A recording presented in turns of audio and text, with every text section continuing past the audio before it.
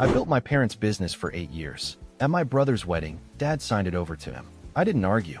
I just left. My brother ran it into the ground within a year. Dad left me a voicemail. For minutes of crying. I haven't called back. My name's Owen.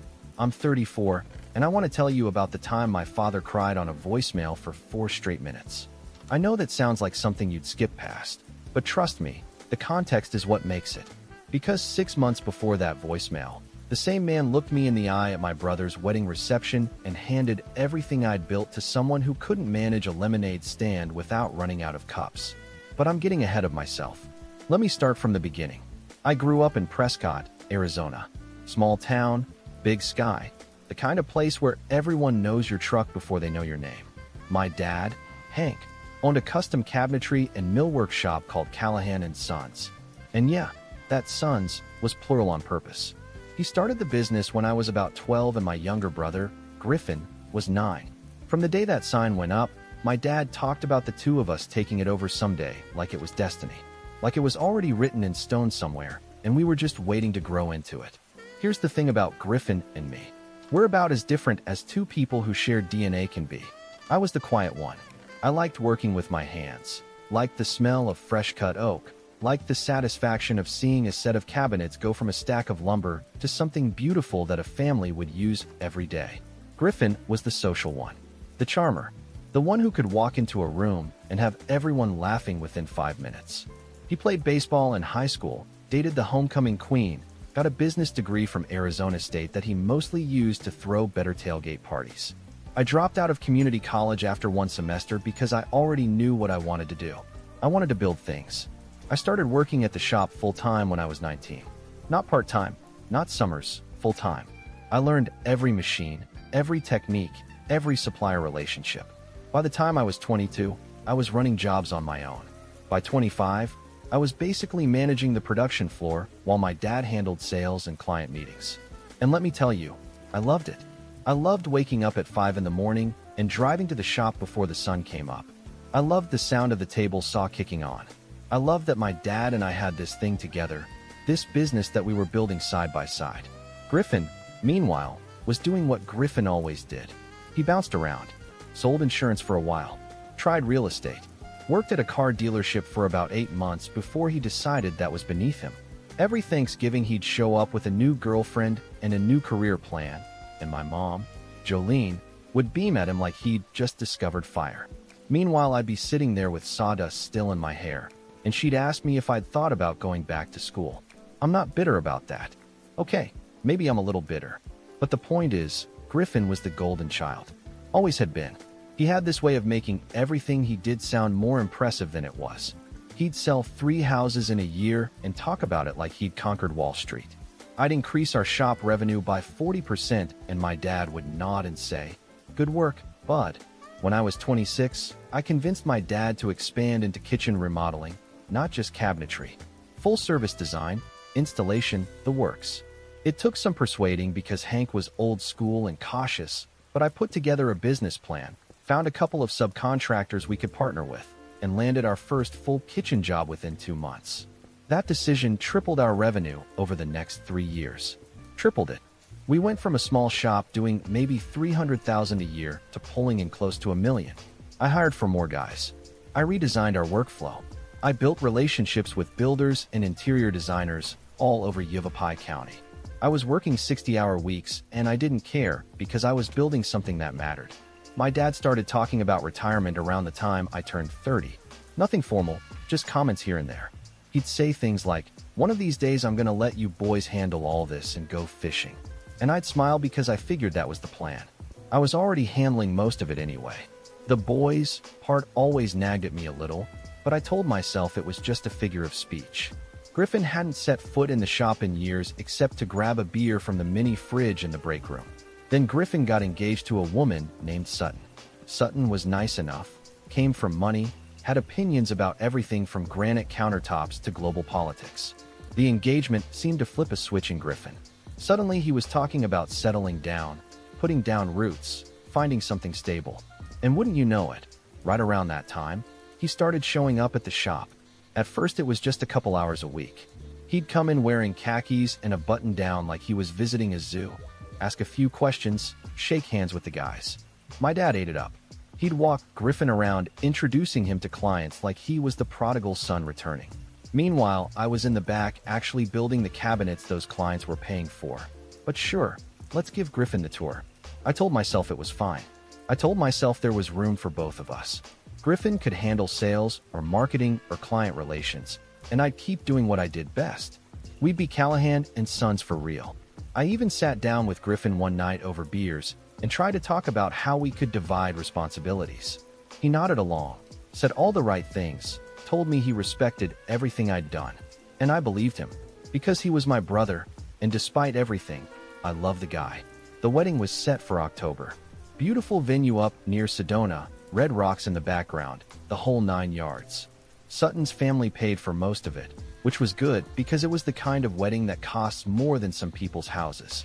I was Griffin's best man. I wrote a speech and everything, told some funny stories about us growing up, talked about how proud I was of him. I meant every word.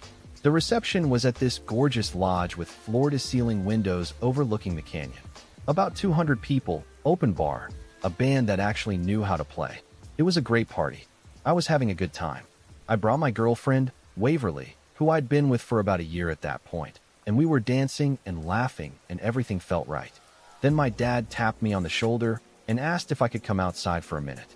He said he wanted to talk to me and Griffin together. He had something he wanted to announce.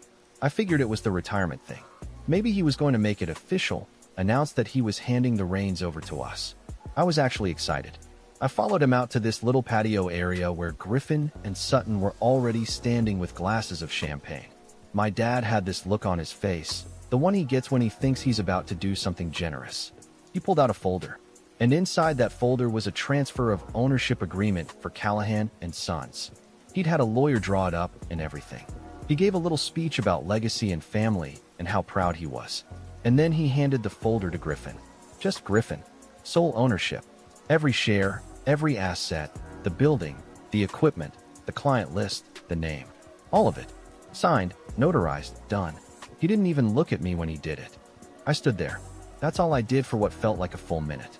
I just stood there on that patio with the sounds of the wedding band bleeding through the glass doors behind me. And I stared at my father while he hugged my brother and clapped him on the back like they'd just won the Super Bowl together. Sutton was already on the phone telling someone, probably her mother.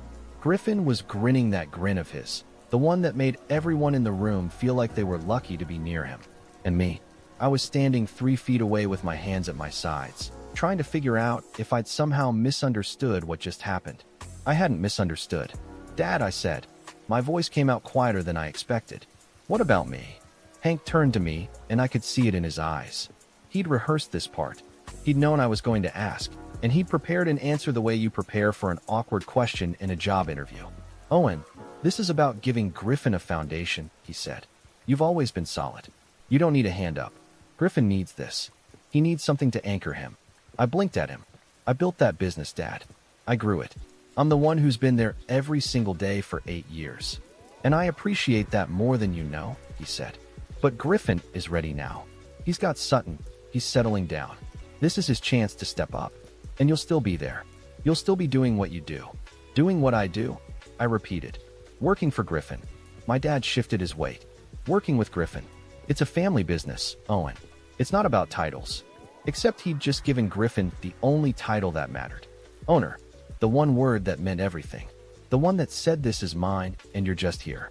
Griffin, to his credit, at least had the decency to look slightly uncomfortable. He stepped forward and put his hand on my shoulder. "Bro, nothing changes. You're the backbone of this place. I'm just gonna handle the business side. You keep doing your thing." My thing. Like I was a hobby. Like 8 years of my life, 60-hour weeks, the expansion that tripled our revenue, the relationships I'd built with every client and every supplier, all of that was just my thing. I looked at the 3 of them standing there. My father with his rehearsed justifications, my brother with his champagne and his new ownership papers, Sutton already calculating something behind her eyes. And I made a decision right there on that patio that would change everything. I didn't argue. I didn't yell. I didn't make a scene at my brother's wedding. I just nodded. I said, "Okay." And then I walked back inside, found Waverly, told her we were leaving, and we drove home in silence. The next morning I woke up at 4 like I always did. Force of habit. I lay in bed staring at the ceiling for about an hour, running through everything in my head. Then I got up, drove to the shop one last time, and cleaned out my personal tools. I had about $15,000 worth of my own equipment in there. Chisels my grandfather gave me, a custom router set, my measuring instruments. I loaded it all into my truck before anyone else showed up. Then I left my shop key on the workbench with a note that said, "Good luck." Griffin called me around 9 that morning. I let it go to voicemail. He called again at noon. Voicemail.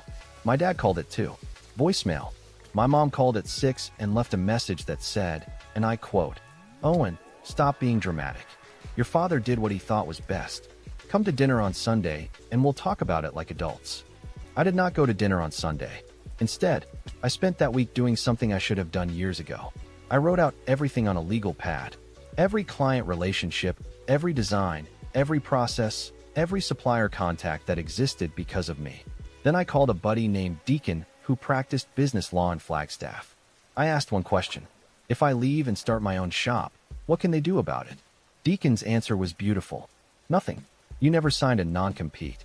You don't have an employment contract. You were working as a family member with no formal agreements. Owen, you're free. I hung up that phone, and for the first time in a week, I smiled. The next few months were brutal. I had savings, about $40,000, which sounds like a lot until you're trying to start a cabinetry business from scratch. Workspace, materials, insurance, a bigger truck. Waverly and I were living in a 2-bedroom rental, and suddenly every dollar mattered. Griffin, meanwhile, was settling into his new role with all the subtlety of a bull in a china shop. Within the first month, he rebranded everything. New logo, new website, new business cards with his name bigger than the company name. He hired a social media manager for a custom cabinetry shop in Prescott, Arizona, and started posting videos of himself walking through the shop with his sleeves rolled up, talking about craftsmanship like he'd been doing it for decades instead of about 45 minutes. The guys I'd hired and trained started calling me. Harlan, who'd been with us for 5 years, said Griffin had changed the production schedule to prioritize high-visibility projects, which meant whatever clients had the biggest social media presence. The bread-and-butter jobs were getting pushed to the back. Emmett called next and said Griffin was ordering from new suppliers with better payment terms, but garbage quality. They were getting complaints about warping and uneven finishes for the first time in the company's history. I listened to all of this, and I felt two things simultaneously. Sadness, because I'd built that shop into something I was proud of, and watching it deteriorate hurt. And something else. Something I'm not totally proud of, but I'm going to be honest about. I felt vindicated. Every problem, every mistake Griffin made was proof that what I'd done for 8 years actually mattered. That you couldn't fake competence with a good smile and a new logo. 3 months in, Griffin lost a major client. A custom home builder named Cordell who'd been with us for 4 years. Cordell called me directly. He said he'd gotten a delivery of bathroom vanities that looked like they'd been assembled by someone who'd watched a YouTube tutorial once. He asked if I was still in the game. I told him I was working on it. He said, "Work faster." 6 months in, Harlan and another installer named Boyd quit Callahan. They called asking if I had room. I didn't, not yet. But I told them to hang tight. Here's where things really started to hurt, though. It wasn't just the business, it was the family. My mom called every couple weeks with some version of the same guilt trip. I was being petty. I was tearing the family apart. Every conversation ended with her saying, "Your father is heartbroken," and me wanting to say, then maybe he should have thought about that before he gave away everything I built. But I didn't. I just said, "I love you, Mom. I've got to go." My dad called occasionally. Hank was the kind of man who expressed emotions about as frequently as a cactus expressed moisture. But when he did call, it was always the same. "Come back to the shop. Griffin needs your help." Not once did he say he was sorry. Not once did he acknowledge what he'd done was wrong. It was always about what Griffin needed. Waverly was the one who kept me sane. She'd sit with me on the back porch at night, and she never once told me to just get over it or go back. She'd say, "You know what you're worth. Now go prove it to everyone else." That woman believed in me when I was running on fumes and fury, and that kind of faith is worth more than any business. 8 months after I walked away from Callahan & Sons, I signed a lease on a 2,500 square foot workshop space on the outskirts of town. It wasn't much, but it was mine. I called it Ridgeline Custom Woodworks. No, and Sons. No promises to anyone's legacy. Just a name that sounded like what I wanted to build. Something solid, something high, something that stood above the rest. I remember the night I hung the sign. Waverly was there, and so was Deacon, and a couple buddies who'd helped me set up the shop. We stood in the parking lot drinking cheap beer and looking up at that sign, and I thought about my dad handing that folder to Griffin on the patio. I made myself a promise. I was going to build something so good that the comparison would speak for itself. I wasn't going to badmouth anyone. I was just going to work. And that's exactly what I did. The first 3 months of Ridgeline Custom Woodworks were the hardest months of my life. And I say that as someone who once had to re-shingle a roof in August in Arizona. I had a workshop, tools, and about $12,000 left in savings. That's it. No clients on the books, no employees, no reputation outside of whatever word of mouth was floating around from my Callahan days. I was a one-man operation building sample pieces during the day and cold calling builders and designers at night. I'm going to be honest, there were moments when I wondered if I'd made a massive mistake. There's a difference between knowing you're good at something and actually proving it to the market when you're starting from zero. Some nights I'd sit in my truck in the shop parking lot after a 14-hour day with nothing to show for it, and think about how easy it would be to just call my dad and go back. Swallow my pride, work under Griffin, collect a paycheck. Waverly would have supported me either way. She never pressured me in either direction. But every time that thought crept in, I'd remember the patio. I'd remember my father's face when he handed that folder to Griffin without even looking at me. And the thought would pass. My first real break came from Cordell, the builder who'd called me months earlier asking if I was still in the game. True to his word, he threw me a job the week after I opened. It was a small one, a set of built-in bookshelves for a model home, but it was work. Real, paying work. I built those bookshelves like they were going in a museum. Every joint was perfect. Every finish was flawless. I delivered them 2 days early and under budget. Cordell walked through the model home, ran his hand along the shelves, and said 4 words that changed my trajectory. Same Owen as always. He gave me 3 more jobs that month. Then he mentioned my name to another builder named Sloan Whitfield, who was developing a small luxury subdivision south of town. Sloan came to my shop, looked at my samples, and gave me a contract for custom cabinetry in 6 houses. 6 houses. I almost fell over. That contract was the turning point. It was enough money to bring on 1 employee, and I knew exactly who to call. Harlan picked up on the first ring. He'd been doing freelance handyman work since leaving Callahan and was miserable. He started the following Monday. Boyd came on a month later. Having those 2 guys in the shop felt like putting on a pair of boots that actually fit. They knew how I worked. They knew my standards. They knew what quality meant because I trained them myself. Over the next few months, things started to snowball in the best possible way. Every job I completed generated another referral. An interior designer named Rosalind, who I'd worked with back at Callahan, tracked me down and started sending clients my way. She told me she'd stopped recommending Callahan after the 3rd complaint about finish quality. A real estate agent I'd never even met called me because a homeowner had raved about a bathroom vanity I'd built for Cordell's subdivision. The work was coming in faster than I could handle it. I hired 2 more guys by month 6. I invested in a CNC router that let me take on more complex design work. I built out a small showroom in the front of my workshop where clients could see samples and finishes in person.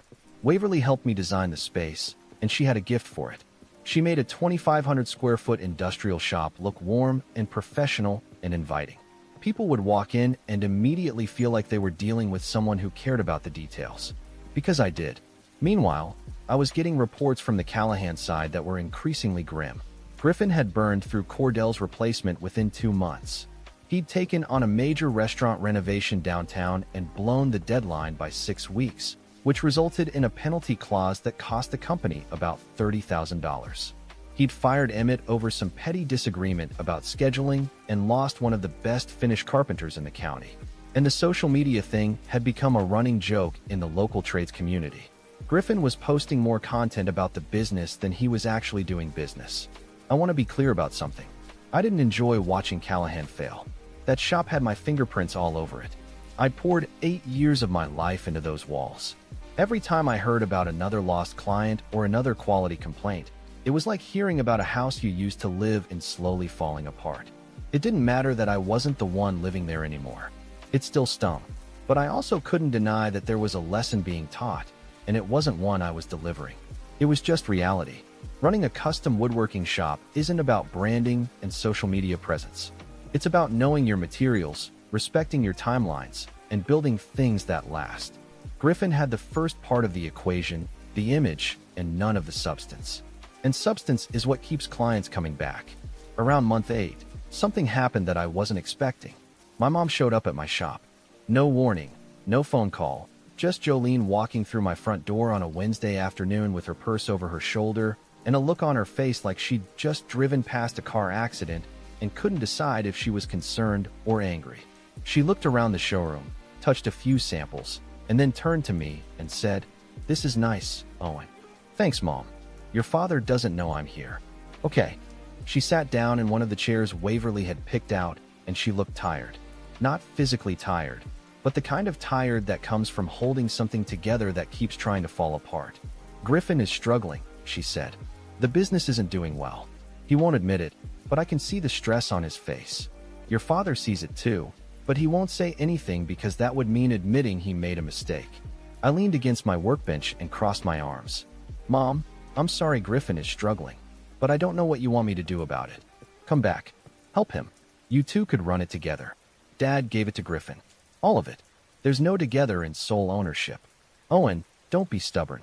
"I'm not being stubborn, Mom. I'm being accurate. Dad made a choice. He chose Griffin. And now I've made a choice too. I chose myself." She sat there for a long time without saying anything. Then she stood up, walked over to where I was standing, and put her hand on my cheek. Her eyes were wet. "I'm proud of you," she said. "I should have said that a long time ago." Then she left, and I stood in my shop for about 10 minutes afterward, just breathing, because that was the first time my mother had ever said those words to me without qualifying them. No, however, just pride, standing there on its own. That visit did something to me. It softened something I didn't know had gotten hard. I'd been carrying anger around like a backpack full of rocks, and hearing my mom say she was proud of me didn't remove all the rocks, but it took a few out. I started sleeping better. I started laughing more. Waverly noticed. She said I was starting to look like myself again. By month 10, Ridgeline was doing nearly as much revenue as Callahan had been doing when I left, and we were still growing. I'd signed contracts with 2 more builders and was getting inquiries from homeowners in Sedona and Cottonwood. I was working hard, but it was the good kind of hard.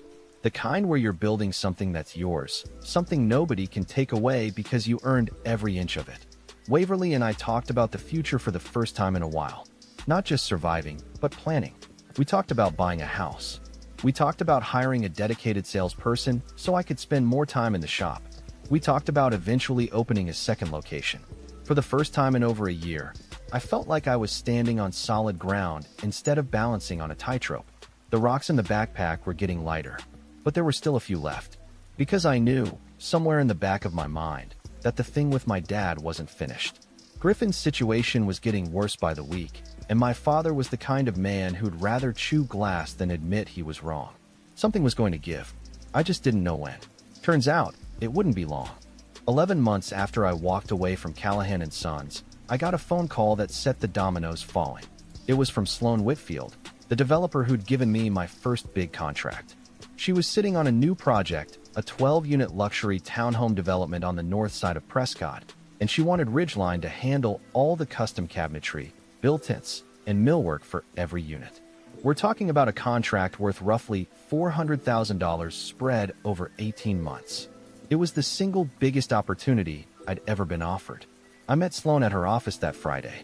She laid out the plans, the timelines, the budget. It was ambitious but doable if I scaled up properly. I told her I'd need a couple weeks to put together a detailed proposal. She said, "Take your time. But Owen, I want to be transparent about something. You weren't my first call." I raised my eyebrows. "Who was?" "Callahan & Sons. I reached out to Griffin 3 weeks ago. He quoted me 20% below market, which made me nervous. Then he missed our follow-up meeting. Twice. I've been in this business long enough to know what that means." "What does it mean?" "It means the shop's in trouble. People who are running a healthy business don't underbid by 20% and then ghost their clients." She looked at me directly. "I know he's your brother. I'm not asking you to comment on his business. I'm asking if Ridgeline can deliver." "Ridgeline can deliver," I said. And I meant it. That night, Waverly and I sat at the kitchen table with a calculator and mapped out what it would take. 3 more craftsmen, a dust collection upgrade, additional shop space, and a project manager to handle logistics. It was a big leap, but the numbers worked. I called Deacon the next morning, not for legal advice this time, but because over the past year he'd become one of my closest friends. I told him about the Sloan contract, and he said, "Owen, do you remember what you said to me the night you hung your sign? You said you were going to build something so good the comparison would speak for itself. This is what speaking for itself looks like." He was right, but there was a complication I hadn't anticipated. The following Tuesday, Griffin showed up at my shop. First time he'd been there. He pulled up in his truck, sat in the parking lot for about 5 minutes like he was working up the nerve, and then walked through the front door. Harlan saw him first and came to get me in the back. "Your brother's here," he said, in the same tone you'd use to tell someone there was a wasp in the kitchen. I came out to the showroom, and there was Griffin. He looked different, thinner. The easy confidence was gone, replaced by something I'd never seen on his face before. He looked like a man carrying a weight he wasn't strong enough to hold. "Hey, Owen." "Hey, Griff."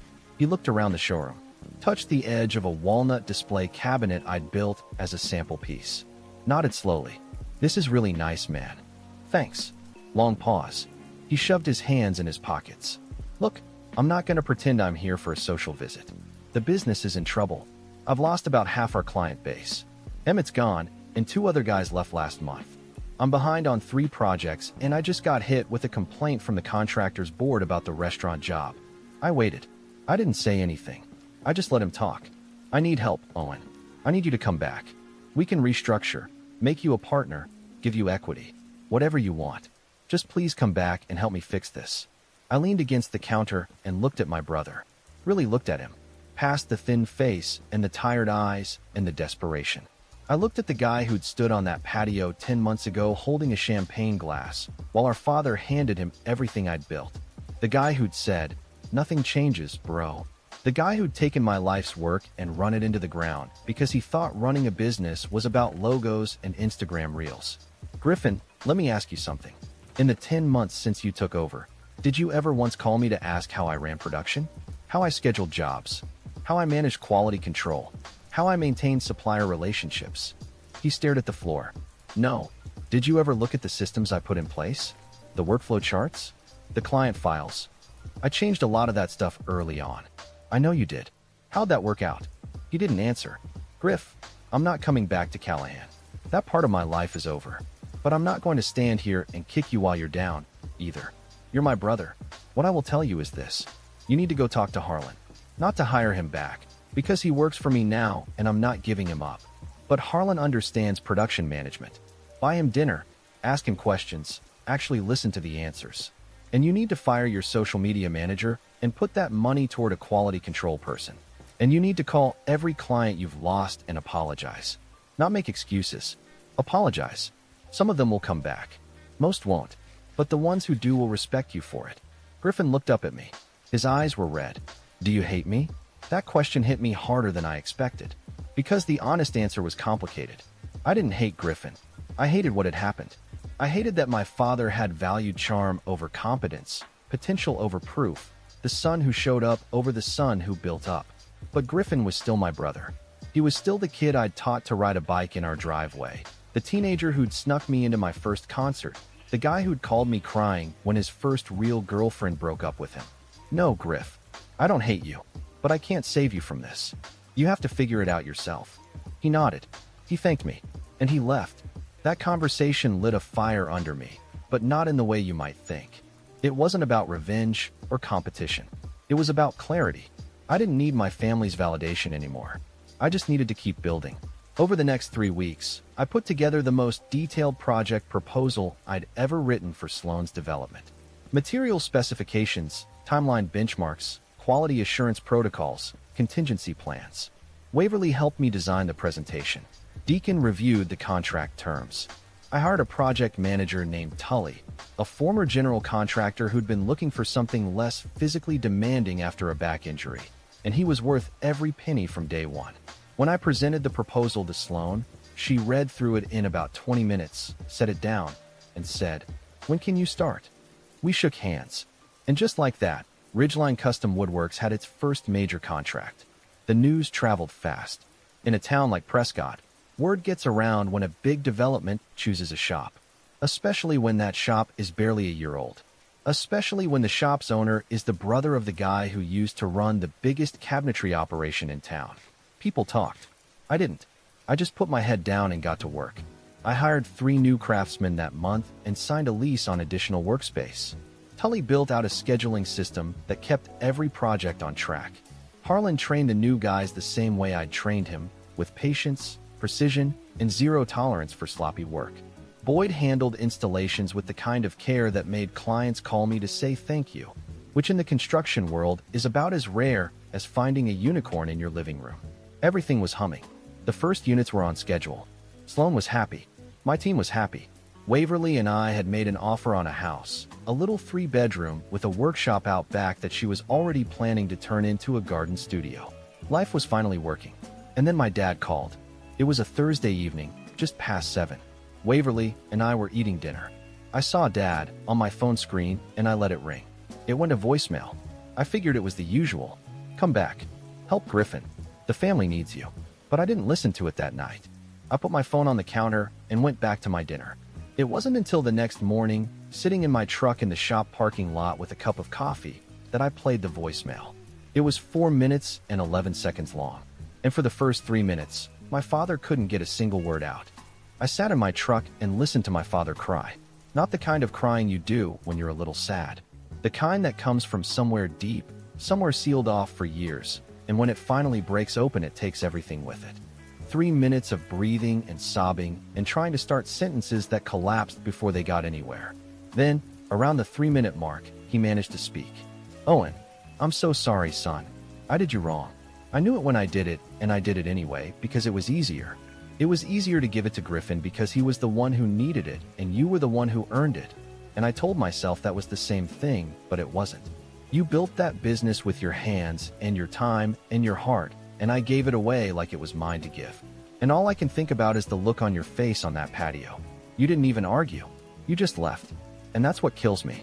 You didn't argue because you already knew what I was doing was wrong and you loved me enough not to make a scene at your brother's wedding. I don't deserve that. I don't deserve you. Pause. More crying. Then, quieter. Your mother told me about your shop. I drove past it last week and sat in the parking lot looking at your sign, and I thought about how proud I should have been. How proud I am. I just didn't know how to say it. I've never been good at this part, but I need you to know that I see what I did. And if you never talk to me again, I'll understand. But I hope you do. I love you, Owen. I always have. I just did a terrible job showing it. The voicemail ended. I sat in my truck for a long time. The coffee went cold. I kept replaying it. Not the words. The crying. 3 minutes of a man who'd shown about as much emotion my entire life as a fence post, completely falling apart. I didn't call him back. Not that day.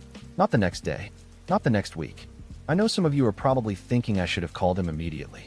But forgiveness isn't a light switch. You don't just flip it. Especially when the thing you're forgiving cost you 8 years of your life and your faith in the people who were supposed to have your back. I needed to process it on my own terms. Waverly understood. She said, "You'll know when you're ready." During those 2 weeks, Griffin called. Not to ask for help. He was selling Callahan and Sons, or what was left of it. More lost contracts, overdue supplier payments, a formal review from the contractor's board. "I'm not cut out for this, Owen," he said on the phone. I never was. I think I knew that from the beginning. I just wanted Dad to be proud of me the way he was proud of you. That sentence almost knocked the wind out of me, because it had never occurred to me that Griffin felt overlooked too, just from the opposite direction. I was the one who could do the work. He was the one who got the attention. But attention isn't the same as pride. My dad gave Griffin the business not because he was proud of him, but because he was worried about him. And Griffin had spent his whole life performing confidence to cover up the fact that he knew he was living in someone's shadow. We're a messed up family. But honestly, whose isn't? I told Griffin the first was sorry it went down this way. He thanked me for the advice I'd given him at my shop. He said he'd called the clients and apologized, and 3 of them had actually come back. Not enough to save the business, but enough to restore some dignity. We talked for 20 minutes, the longest conversation we'd had in over a year. When we hung up, I felt something crack open in my chest. Not painfully, More like a window being opened in a room that had been closed too long.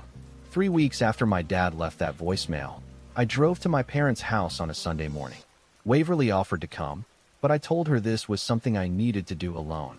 Same porch, same cracked flower pot by the front door that my mom always said she was going to replace, but never did. My dad was in the garage. He was sitting on a stool next to his old workbench, not doing anything, just sitting.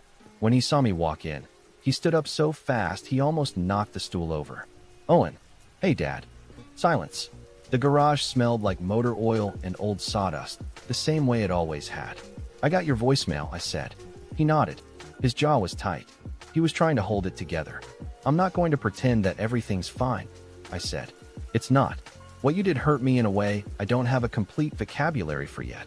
You took the thing I'd given my life to and you handed it to someone else without even a conversation. At my brother's wedding, in front of his wife, like I was a footnote. He started to speak and I held up my hand. "Let me finish. You spent 8 years watching me build that business, and when it came time to decide its future, you chose the son who needed a project over the son who'd proven he could run one.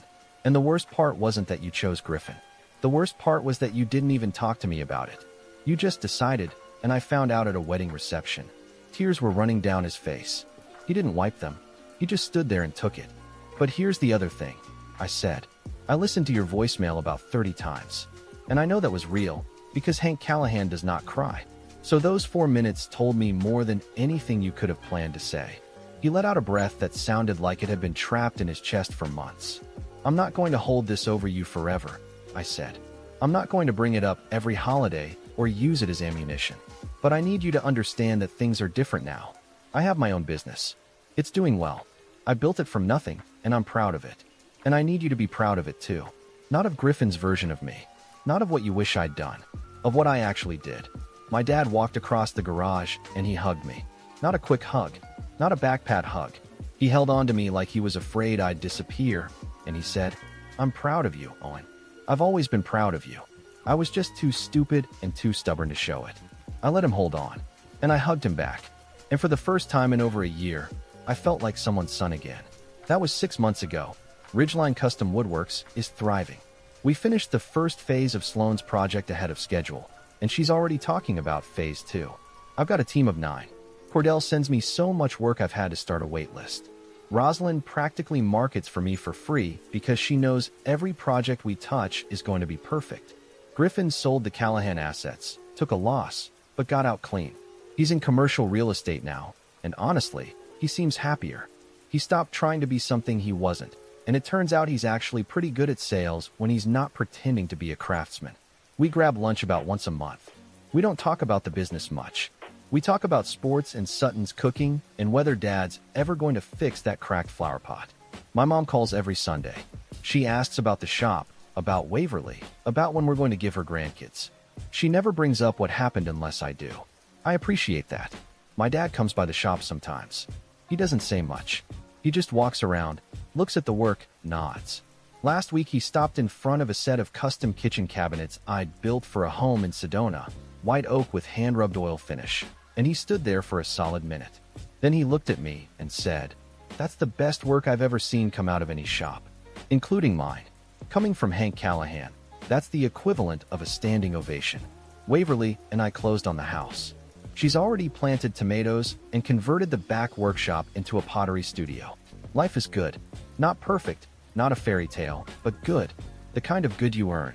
Someone asked me recently if I ever wish things had gone differently. If I wish my dad had just given me the business like he should have. And the honest answer is no. Because if he'd done the right thing, I'd still be building someone else's legacy. Instead, I'm building my own. And it turns out that's worth more than anything anyone could have handed me. My name's Owen Callahan. I'm 34 years old, and I'm exactly where I'm supposed to be.